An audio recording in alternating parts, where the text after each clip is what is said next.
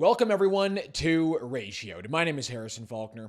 Well, I think it's pretty safe to assume that if we were all asked to outline Canada's top national priorities, we'd land largely on the same 5 key issues: advancing racial equity, dismantling systemic racism, solving gender equity in Canada, which, as you all know, is a very important issue, very serious, especially for racialized women of color, solving climate change and the inherent racism within the climate change debate, and lastly, reconciliation. And thankfully for all of us, our Prime Minister was on a very serious, very important trilateral trip to Mexico last week and really carried the torch for all of us at home, focusing his time especially on those important priorities that we just discussed. Thank God he wasn't talking about other issues in Canada, right? Like affordability or opioid overdoses, really focusing his time on the issues that matter. Stick around for the ratio of the week, drop a like in the video, help us out by subscribing to the True North YouTube channel, and the comment question for the episode is this, and in all seriousness, what really should be the federal government's top priority in 2023? All right, let me know and let's get into it. The amount of time members of this Canadian government and the Prime Minister spend around the world preaching diversity, preaching equity, preaching inclusion, and preaching wokeness, it's absurd. It's as if this is the key national priority for this government. Watch as Justin Trudeau, while in Mexico City, preach to Mexicans and Americans about how Canadians are somehow pleased to see Mexicans building a more diverse, inclusive, and equal society. Well, I hate to break it to our Mexican amigos down south, but us Canadians up here really don't care about how equal or racially diverse your country is. Last time I checked the news, it turns out your country has some other more important issues to worry about than advancing racial equity. But nonetheless, here's Justin Trudeau telling Mexicans what Canadians are pleased about. Canada is pleased to have our Mexican and American friends committed so strongly to protecting clean air, clean water, and a brighter future. Canada is also pleased to see all 3 countries take steps towards building a more diverse, equal, and inclusive society.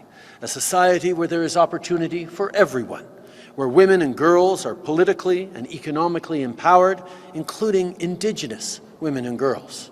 Love the comments on this video too, like this one here. I'm in Mexico, and other than the tourists, there's literally zero diversity. This person writes, isn't this an economic meeting? That's what you thought, right? It's billed as an economic meeting, but no, don't worry. Justin Trudeau, Joe Biden, they're really focused on the issues that matter, and you'll stick around and you'll see exactly what I'm talking about. And this person has the perfect comment to all of this. As long as you're not a Canadian trucker, then it's the gulag for you. Well, if any of you only thought I had one little video example to show you of Justin Trudeau really fighting for Canada's top priorities while in Mexico, well, you'd be sorely mistaken, because take a look at this. Canada's Foreign Affairs Minister, Melanie Joly, U.S. Secretary of State Antony Blinken, and their Mexican counterpart, again, really taking the issues of the day by the horns, grabbing the issues by the horns, and just really solving the problems that are facing all of us, facing Mexicans, facing Americans, and facing Canadians every day. That, of course, being racial equity, dismantling systemic racism. Thank God, they're really fighting for Canadian issues. Take a look at what Melanie Joly posted on Twitter a couple days ago. Dismantling systemic racism and combating discrimination and hate are paramount responsibilities for Canada, the USA, and Mexico. With the signing of the Declaration for Racial Equity and Inclusion, we will work together to build a more inclusive region. Thank you so much, Melanie Joly. Dismantling systemic racism, combating hate and discrimination. Just exactly what the Mexicans needed right at this very moment. Not like they were in a literal war zone right now.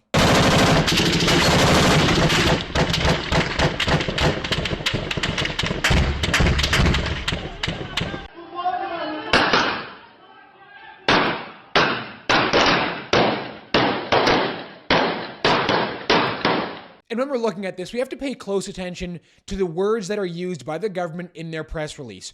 We always talk about it on this show, but it bears repeating.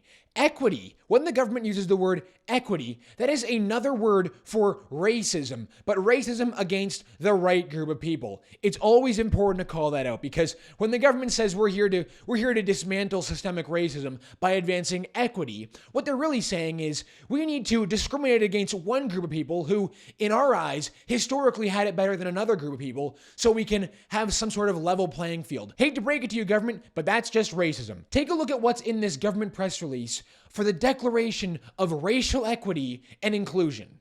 work within our own countries to affirmatively advance equity and racial justice, and to comprehensively root out the barriers to equal opportunity that marginalized communities continue to face. Affirmatively advance racial equity and racial justice. I wonder how they're going to do that. Might it have to do something with discriminating against, don't say it, but I think you all know who I'm talking about. It goes on, establish a trilateral racial equity and inclusion expert network to facilitate the exchange of information, to share best practices and innovative strategies developed across our 3 countries for advancing equity and racial justice in our public policies and societies. I'll spare you the rest of the press release because you've already got the picture. The rest of it is some sort of word salad regurgitated by some first-year gender studies major who thinks they're really solving the world's problems. Way to go, staffer. Nothing screams Canada is a serious country like having our Prime Minister go down to Mexico, a country in a literal civil war, and telling them that Canada's priority for Mexico is about advancing racial equity. Good stuff, guys. Awesome. The comments on Melanie Joly's tweet are absolutely ruthless. Like this one here. Like at Justin Trudeau in blackface. Yeah, I don't know if Justin Trudeau's blackface instances really kind of go in line with Canada's commitments to solving racial equity, but I'll leave that up to you guys to decide. Thanks for this. I have to walk to food bank as I'm out of food and can't gas up my car either. Oh, don't worry about that. We're solving the real issues. Your issues about food? Your issues about gas prices?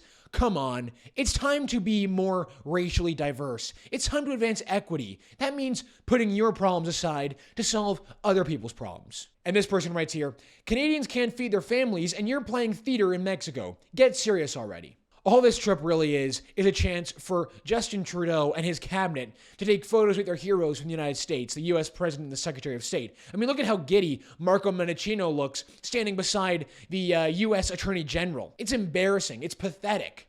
Oh, and while they're there, not to mention, of course, anything serious going on in Canada, not to mention anything serious actually going on in the United States either. What they're really there for is to talk about gender diversity and racial equity. Oh, and just like the U.S. legacy media, just like the Canadian legacy media, our Prime Minister just can't get Donald Trump out of his mouth. They can't stop talking about Donald Trump, even years after he's out of the picture. Even when the Canadian Prime Minister could be talking about issues that matter to Canadians, he still manages to be taking shots at Donald Trump.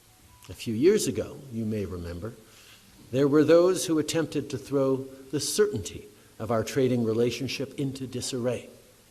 Motivated by protectionist, isolationist, and nativist politics, they were willing to put millions of jobs at stake in each of our countries. We all held fast to our belief that in the face of economic uncertainty, growth doesn't come by turning inwards and putting up walls. It comes from welcoming new opportunities, opening up to workers and investors, making economic activity easier, not harder. Here we go, Ratio of the Week time, and I'm not sure if we've ever given the award to Rachel Gilmore over at Global News, but you know what? She's winning the award now. I'm starting to lose count, and like I said before, we say it all the time on this show, the Ratio of the Week award is not some easy prize. It's not some gimme, right? I mean, you have to really try. You have to beat out Omar Al-Gabra, the king of the ratio. You have to beat Jagmeet Singh, who always puts up numbers week after week. Heck, even the Prime Minister sometimes gets in on the mix and gets himself up into the high rankings for the Ratio of the Week. But Rachel Gilmore is the clear winner this week for this absolutely just perfect tweet here. Take a look at this. Journalists are under attack, especially if they're racialized and or women. Now Justin Trudeau's priorities are kind of making more sense. The goal is to silence us. So thank you, Teresa, for speaking up. And so she quote tweets some woman here, I guess another journalist, who, talks about the really awful piece of hate mail she just received, the really damaging, scary piece of hate mail that she received. Now listen, this is the reality with journalism. I don't like to call myself a journalist. I don't consider myself to be one, but I work in media. And anyone who puts their face out there, anyone who puts their ideas out there, and anyone who works in this field knows that they receive daily hate mail all the time. They receive nasty tweets. They receive mean comments. They receive emails to the company talking about how bad you are at your job. It's just what happens in this space. If you can't handle it, then get out. If you can't stand the heat, get out of the kitchen. It's pretty straightforward, right? But no, of course, it needs to be made into a big ordeal. It needs to be made into a big example of how racialized women journalists really face the brunt of attacks. It needs to be used to justify censoring online content. Why do we think that people like Marco Mendicino end up popping up at these journalists under fire events? It's pretty obvious what they're doing here. They're trying to justify controlling comment sections and putting more constraints on the internet. And of course, I think a lot of people see right through that at this point, and that is exactly why Rachel Gilmore got brutally ratioed for this tweet. Take a look at this. 1,239 replies, 738 likes. A perfect ratio to send us off this week. Not true when the solution is super duper easy. Oh, could it be, telling the truth? Oh, I don't know if it's that easy. Is it that easy? It's always about race and gender. It always does come back to race and gender, doesn't it? Whether it's Rachel Gilmore on Global News, whether it's Justin Trudeau in Mexico, or it's Melanie Joly, somehow the messages always come together about advancing racial equity, about advancing and dismantling systemic racism. Last comment here, you can't tweet without getting ratioed. Curious considering how popular you say you are. All right, everyone, that's going to do it for us this week on the show. Thank you so much for tuning in. My name is Harrison Faulkner, and this is Ratio.